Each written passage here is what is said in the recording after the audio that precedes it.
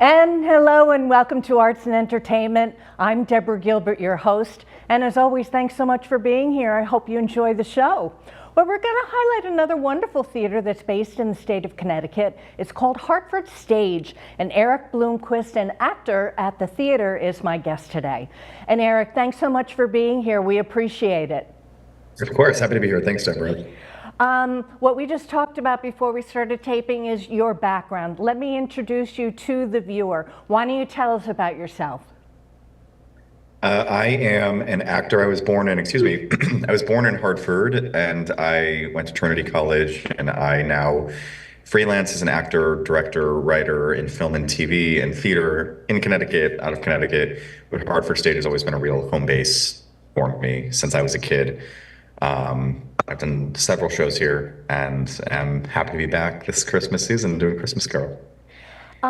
Did you know, I always ask, because the show deals with arts, entertainment, and culture. So I always ask the performers, did you know growing up that you were going to be performing, or was behind the stage going to be where your calling was? I grew up really getting the bug, as they say. I was always the one corralling my cousins into doing like holiday skits at family gatherings and things like that. And I was saying at the talkback today, we had a student matinee today. We were asked a similar question, and I said, I think I saw a touring production of Annie when I was like 7 or 8 years old, and I cried after, just saying, I have to do this, I have to do this. And I was fortunate to do a lot of youth theater growing up, and one of the things that I did was I was a child actor in Hartford Stage's Christmas Carol, where I am now. So it's been very poetic coming back and working with some of the same actors again. So I had a very formative theatrical experience growing up, for sure. So you were a young person at Hartford Stage in A Christmas Carol performing. Did you know when you were on stage there that that was going to continue to be part of your life? Yeah, I mean, I think as some say, very much like a calling, a thing that you have to do. So it wasn't really a question of like whether I would continue or not. It was what do I need to do to make sure that I can. And I was always, doing well in school and just continuing to learn as much as I can, both about theater and about things that weren't theater, so I could bring stuff to the rehearsal room and the things that I was auditioning for. So it was always kind of like a calling. Now, you had mentioned film before. Are you involved in other mediums besides theater? I am, yeah. I've done a fair amount of film as of late, so it's kind of a return home to be able to do this show. I used to be exclusively theater, and now I kind of spend my time equally in both. And so I've done a bunch of films, and I direct as well. I've directed like 8 or 9 movies and done some TV stuff, and so it's cool to be able to work in both worlds and adapt your sensibilities for both. I think that a lot of my theater experience has helped me when it comes to film, just in terms of quick ensemble building and memorizing quickly and things like that. Now, you've mentioned directing. How did you decide that you wanted to do both? You're performing, directing. How did you become both the actor as well as the director? So the thing inside of me that led me to kind of corral my cousins into doing plays on holidays kind of sparked in a more grown-up sense into me being a producer and a writer and a director for my own stuff, just having stories that were inside of me and I wanted to tell, and all of those things kind of being part of my full musculature. So I continued to kind of corral folks that were around me into doing our own work, which started with me writing and directing stuff, and then by necessity learning how to produce it as well. So it was kind of just a natural evolution of just wanting to be a storyteller on my own terms. And probably the audience is saying, but do you have a preference? Do you like to perform? Do you like to produce? Do you like to direct? Is there anything that you like to do more of? I get that question a fair amount, and I don't really have a wonderful answer for it. I don't have a preference. I will say that my roots are very much in acting, specifically theater acting. So I think everything blossoms from that. Everything kind of comes from the love, the passion, the experience, the community that I have there. So while I love all of it, being able to do things like this really does feel like I'm rooting myself and kind of speaking to a very elemental part of myself. For the individual that is listening to us now that hears actor, producer, director, any recommendation that you would give to them as to how to pursue it? Do they go and audition? Do they perform? Do they go to school? What's the path that you took that you're able to be successful today? I don't think that there's certainly no one size fits all path, but I do think that building community is the biggest thing. And getting involved with things locally and just exposing yourself to as much art as possible. And I think that means being a consumer of art too. So watching as much as you can, going to as much theater as you can, exposing yourself to different art forms or different genres that you might not necessarily be inclined to, just so you have a working awareness of them. And I think being a critical thinker about why you like or don't like something is important too. I think culturally now, and I don't say this with my tinfoil hat on, but just things that I've noticed is it's harder to have qualitative, long form discussions about why a piece of art does or does not resonate with somebody. And I think being able to consider why something works for you or why it doesn't work for you and be able to have longer form conversations about that versus just like throwing up a 1-star review online without much thought about it or a 5-star review online without much thought about it is important. And I think the more that you can do that and the more that you can bring critical thinking to your day-to-day life as just a patron of the arts, the better artist you'll be as well. Now, one of the reasons why you're here is a Christmas Carol that's being performed at the Hartford stage. How was it for you to be at the Hartford stage as a young person and now to be back as an older person? It's wonderful, and in some ways feels exactly the same, but certainly you feel the passage of time too. But it's also a show about passage of time. Christmas is past, present, and future. So it's as I mentioned before, very poetic. I learned a lot about being a theater professional when I was here as a kid.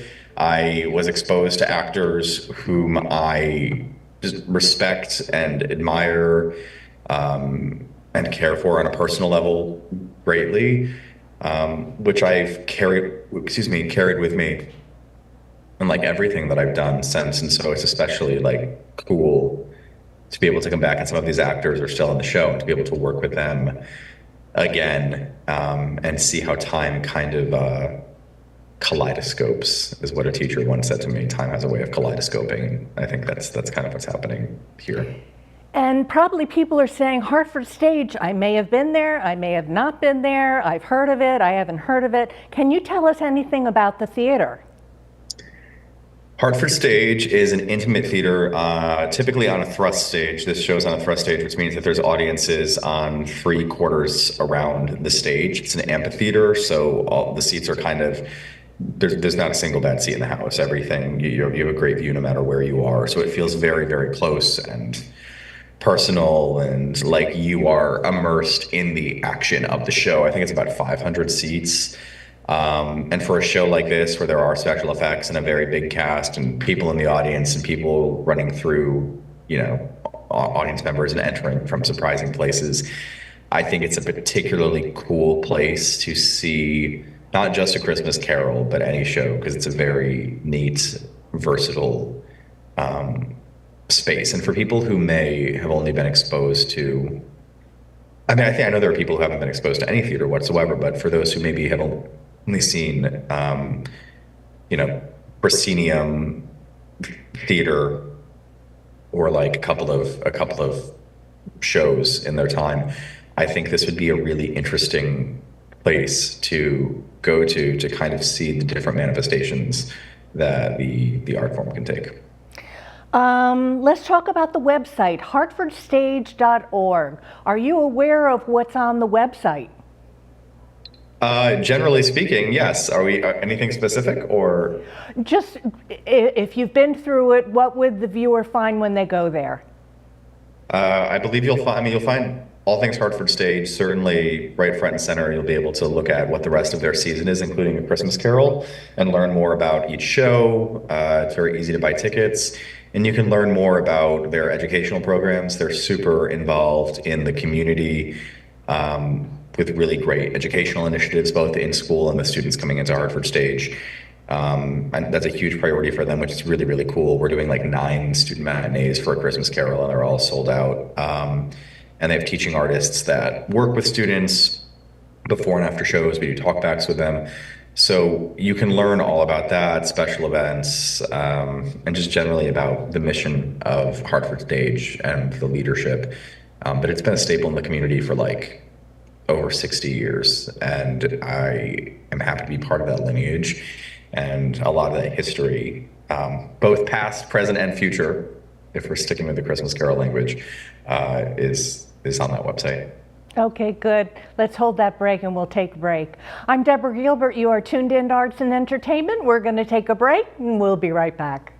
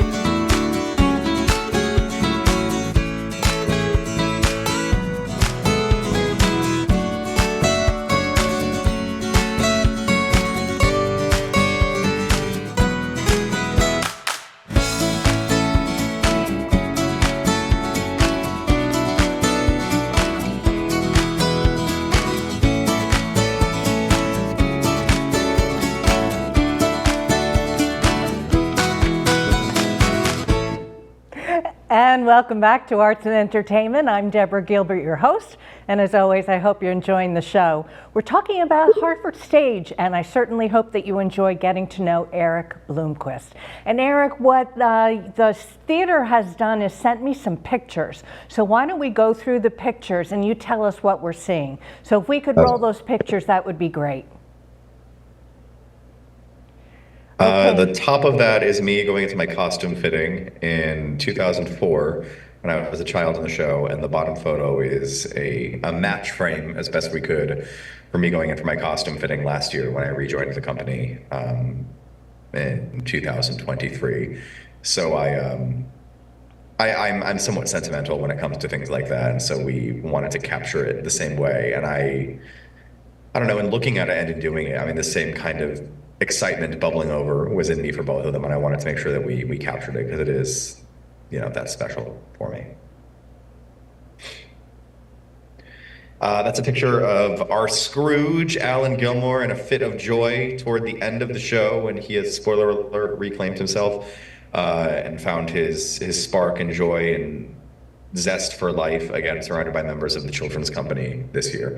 And yes, it is snowing on stage. So if you're interested in fun special effects and a lot of joy, you will find it in the show.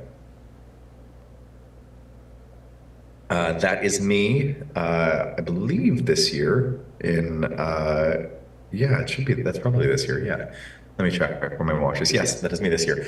I'm playing young Scrooge in this photo. So up on the bridge as it goes to Christmas past, and Scrooge in present day, and on the bottom he's watching a memory of his young self, played by me, and his lost love, Belle, who we find is a source of much of his pain and sadness and miserliness over the show. So this is a moment of just kind of suspended. We said it's very much like a snow globe or a music box of just a very gentle being in love moment. So there's a very sweet little waltz that happens there amidst the snow before things end rather sadly at the end of Act 1.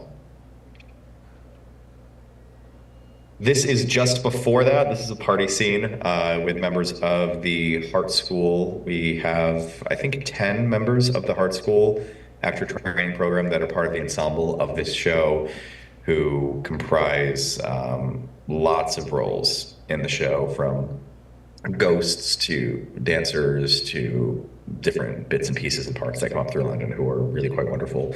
And I'll make special note that center stage is Natalie Brown, who was in the original cast of A Christmas Carol here at Hartford Stage in 1998, and is returning to the show after 15 years and playing the same roles that she did. So she's playing right there Mrs. Fezziwig, who is just a bundle of joy and energy in Scrooge's past. These are the ghosts that I mentioned, who are kind of the harbingers of doom and haunt Scrooge throughout the show and kind of beckon some of the other ghosts that come in. So they are particularly fun, and they spook some people out, and they have these cool glow-in-the-dark costumes. And I think they're something that really differentiates this show from other adaptations of A Christmas Carol, is we really lean into the ghostliness, the haunting of it all. There are more things about like Christmas.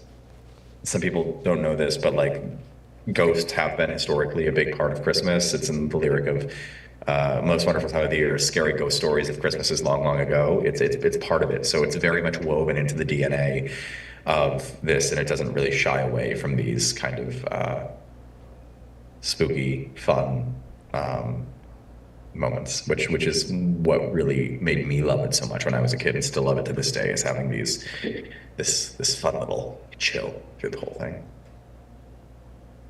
This is the Ghost of Christmas Present with two members of the Children Company, two of the younger members, who has a fabulous entrance at the top of Act 2 amidst a curtain of glitter as he brings the joy of the present to Scrooge, and that often gets some very lovely entrance applause. And that's played by John Andrew Morrison, who's with his 5th year in the company. He played a different role for his first 3 years, and this is his 2nd year as the Ghost of Christmas Present. And here is the lovely Alan Gilmore as Scrooge again, happy, having found his love for life and hope again toward the end of the show. Somewhat of a spoiler alert, but it's more about the journey than the destination with this one for sure. And so he opens his doors to his house as he opens his heart toward the end of the show, and there's just a really lovely, warm community gathering from everyone in the ensemble at the end of the show. This is the end of Act 1. This is pretty close to the dance that we looked at earlier, where once that fades away and kind of sours, Scrooge is face to face with some of his most terrible mistakes of his life, and the ghosts kind of, as you can see, haunt him through spooky dance toward the end of the show with some fun effects at the end. I'll make note that umbrellas are a big part of the design and many choreographic elements of the show, and it's really fun to see what can be done with that. And again, that's just kind of a really distinct design element here that you probably won't see in other Christmas carols. Jacob Marley, Scrooge's business partner from back in the day, who died 7 years ago this very night, as we were reminded of multiple times in the show, who is, he's kind of beckoned in on the wind through the ghosts throughout the first 20 minutes of the show, and he makes a very, very grand entrance from what's probably hell it's about 20 minutes into the show, which is really neat. He's been flying like this for about 11, 12 years, I think. They probably made the switch. Maybe longer. Maybe it was longer than that. But yeah, it always is a very cool moment for many people, especially first-timers who don't know what's coming. This is Scrooge and Mr. Marvel, who is a vendor that owes Scrooge a lot of money. Another cool piece of this show is that the ghosts of past, present, and future are played by street vendors who owe Scrooge money. So each one of them is aligned with certain things. There's someone who sells antique dolls who's linked to the past, someone who sells confectionery things and ciders and snacks who is linked to the present, and Mr. Marvel here, who is an innovator and is linked to the future with his steam clock. So they all owe Scrooge things, but they all double as their as ghostly counterparts in a kind of Wizard of Oz twist that Michael Wilson put into his play that we really love and makes this very distinct. There I am in 2004 with Joanna Morrison, who was the Ghost of Christmas Past for a very long time and is the dialect coach this year. I am playing Peter Cratchit, Tiny Tim's older brother, and I really liked that costume. There I am with Rebecca Jones, who is the Ghost of Christmas Past, who we saw a few pictures of before, who played my mother, Mrs. Cratchit, and a couple of other kids in the show. I think that's Emily Oliver right there, who was playing Belinda that year on Team Silver. And the rest of Team Silver, faces that I remember very, very well. Very, very sweet. John Fitzpatrick is in the front row playing Turkey Boy in the green bow tie. His family, very long-standing veterans of this show. And he is the musical director this year, and so he brings a real treasure trove of knowledge from his career in music and his knowledge and love for this show. So it's cool to kind of find ourselves in the room again as adults.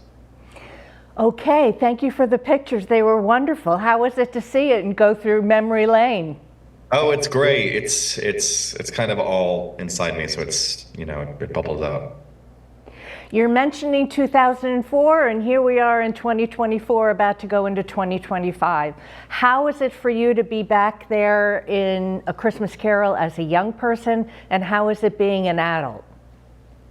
In many ways, the same, but the show is the show, which is really cool. Like it's been in me. I would always visit it. I would go up to the green room and visit everybody, and I saw it all the time. Even when I wasn't on stage, I would watch the show. So the rhythm of it and the tone of it are so in my blood.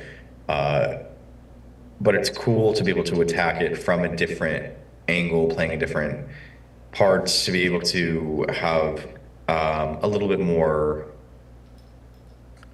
I don't want to say freedom, but when you're a child, there are certain restrictions, and sort of be able to navigate that, but with the same level of whimsy, I think. And there's this through line of love, so it's really lovely to be able to hop on the train again and contribute to it. I said going in to Michael and others that I want to be the best ambassador possible for this show, because it meant and means so much to me, and I want to be able to give these kids the experience that I had to the best way that I can. And the viewer is probably saying, what are the dates of this play? Do you know the dates of the performances?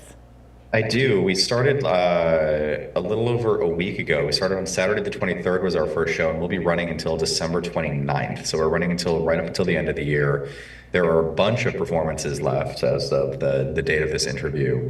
We're doing a bunch of student matinees, but we pretty much have shows most nights of the week except for Mondays and Tuesdays, with the exception of the week of Christmas, when we do have shows on Monday and Tuesday. A lot of two-show days, so there are plenty of opportunities to see it. I do know that tickets are going fast, especially on weekends and especially for matinees. So if you do want to come, I would encourage you to try to coordinate some dates with family and friends soon, because it does sell very quickly, especially as we get close to the holiday. But we are running until the end of the year, and so we are we're just starting, but still very much in the thick of it. We're about 11 shows in right now, I think, and we open officially on Friday. Okay, and we're starting to slowly run out of time. As we wrap up this play, do you have anything scheduled for 2025 yet? There are a few things percolating right now, a few projects, some film projects that we'll be finishing up, and some things that are in various stages right now, and auditions and things to hear back from. So it's kind of the life of an actor, which can be joyful as things come up, and being able to kind of plan as you go a few months at a time. But I'm very grateful and happy to have a home here through the end of the year, and to be part of this ensemble. And it's a real joy, and I'm excited to carry that momentum and love into the next year. Okay, we are really at the time of starting to run out of time. Any closing thoughts for the viewers?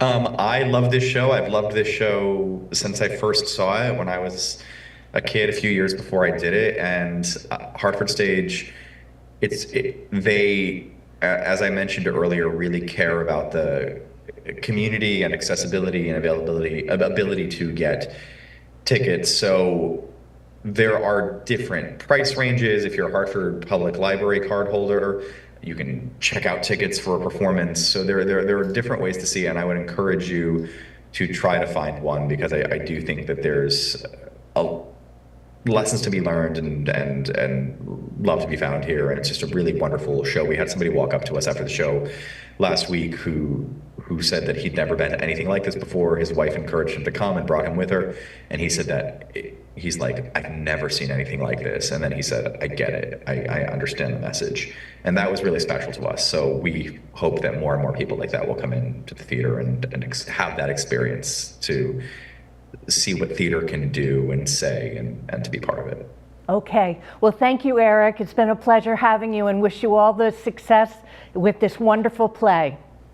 Back at you. Thank you so much.